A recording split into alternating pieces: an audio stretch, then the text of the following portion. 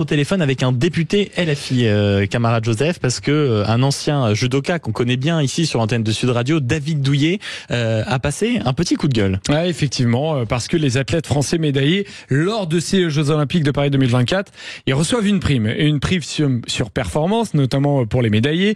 Mais cette prime, elle est imposable, ce qui n'était plus le cas. Et ça a passablement énervé David Douillet. Du coup, sur l'antenne de RMC, il a expliqué que c'était absolument anormal. Et on est en ligne pour en parler avec François Piquemal. Bonjour. Bonjour. Merci d'être avec nous.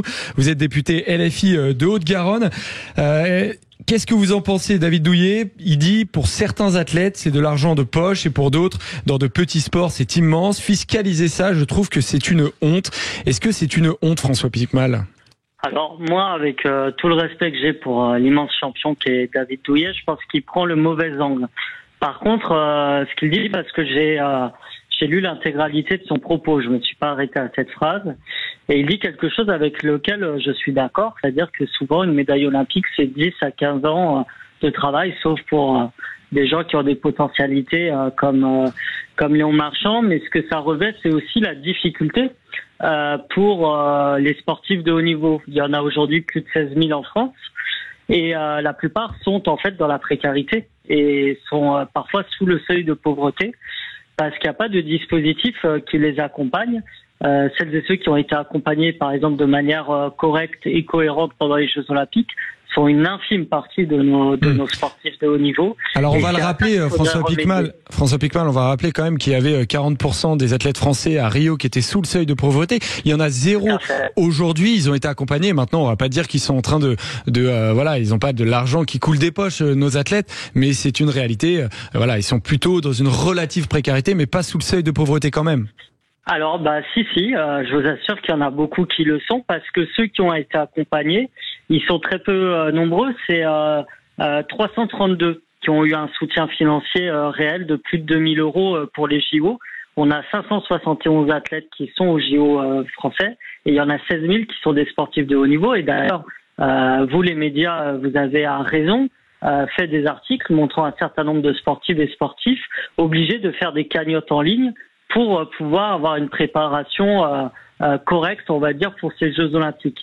Donc, celles et ceux qui sont accompagnés, c'est en fait une infime partie, des sportifs de haut niveau. Et par exemple, la question de l'imposition des primes pour les médailles, eh bien, cet argent-là pourrait aller justement dans une caisse qui sert à aider les sportifs de haut niveau dans leur ensemble, et pas que les médaillés olympiques. Mais du coup, est-ce que ça peut pas récompenser directement les médaillés?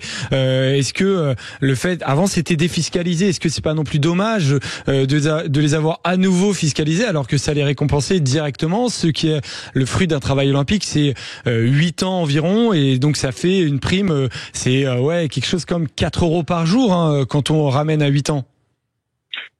En fait, le problème, pour moi, il n'est pas là. Le problème, il est comment on accompagne sur le long terme nos sportifs de haut niveau, et pas que le côté bling-bling et médaillé, parce que celles et ceux qu'on va accompagner aujourd'hui, qui aujourd'hui sont peut-être ont pas les capacités pour être médaillables, mais c'est peut-être ceux qui dans 4 ans le seront. Ça, personne ne le sait. On sait comment c'est le sport. C'est beaucoup de variables, des blessures, des contingences qui vous appartiennent pas. Et nous, on est davantage pour massifier le soutien aux sportifs de haut niveau que d'en privilégier juste ceux qui ont la chance d'avoir une médaille d'or, et dont d'ailleurs, moi, je n'en ai entendu aucun se plaindre du fait qu'il y avait une fiscalité sur leurs primes. Et la plupart d'entre eux, Léon Marchand, qui est de chez moi à Toulouse, l'a bien dit, son but à lui, c'est qu'il y ait le plus de pitchouns qui puissent apprendre à nager. Et si on veut qu'ils puissent apprendre à nager, eh bien, c'est aussi faire en sorte qu'il y ait des équipements publics et des éducateurs qui soient formés. François Piquemal, est-ce que ça, c'est pas... Et qui soient bien payés et correctement rémunérés. Mais François Piquemal, est-ce que ça, c'est pas tout simplement l'objet d'une politique sportive beaucoup plus large, à un niveau d'État, plutôt que le but d'une simple taxe sur les médailles qui, objectivement, renvoie peut-être une image un peu délicate de savoir qu'on va aller chercher de l'argent jusqu'au moindre petit effort sportif?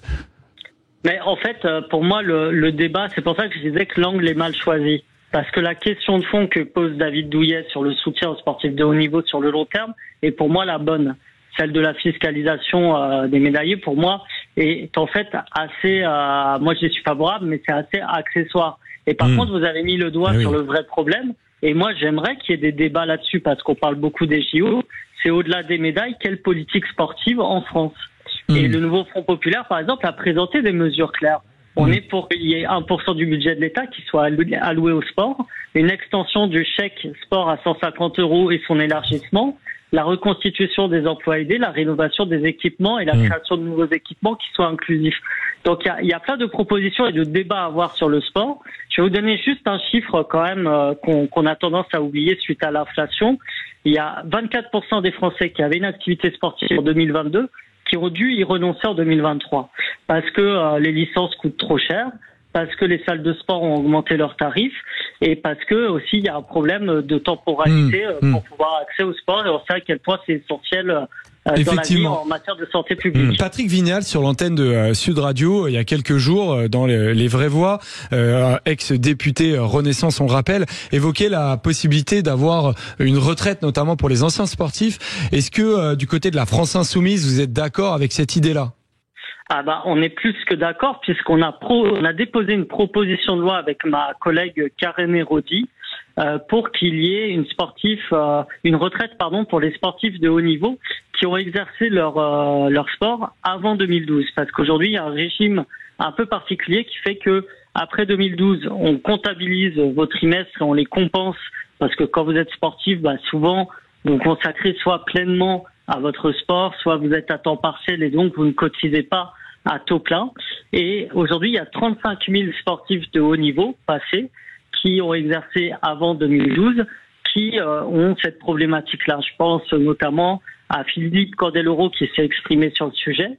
Chez nous aussi, sur les Vraies Voix, on l'entend. Et à Malia Metella notamment, qui est passée elle aussi par Toulouse et les Dauphins du TOEC et que je salue. Et donc, si vous voulez, on a déposé cette proposition de loi lors de la précédente législature. On va essayer de la redéposer, je pense, à la réouverture de l'Assemblée.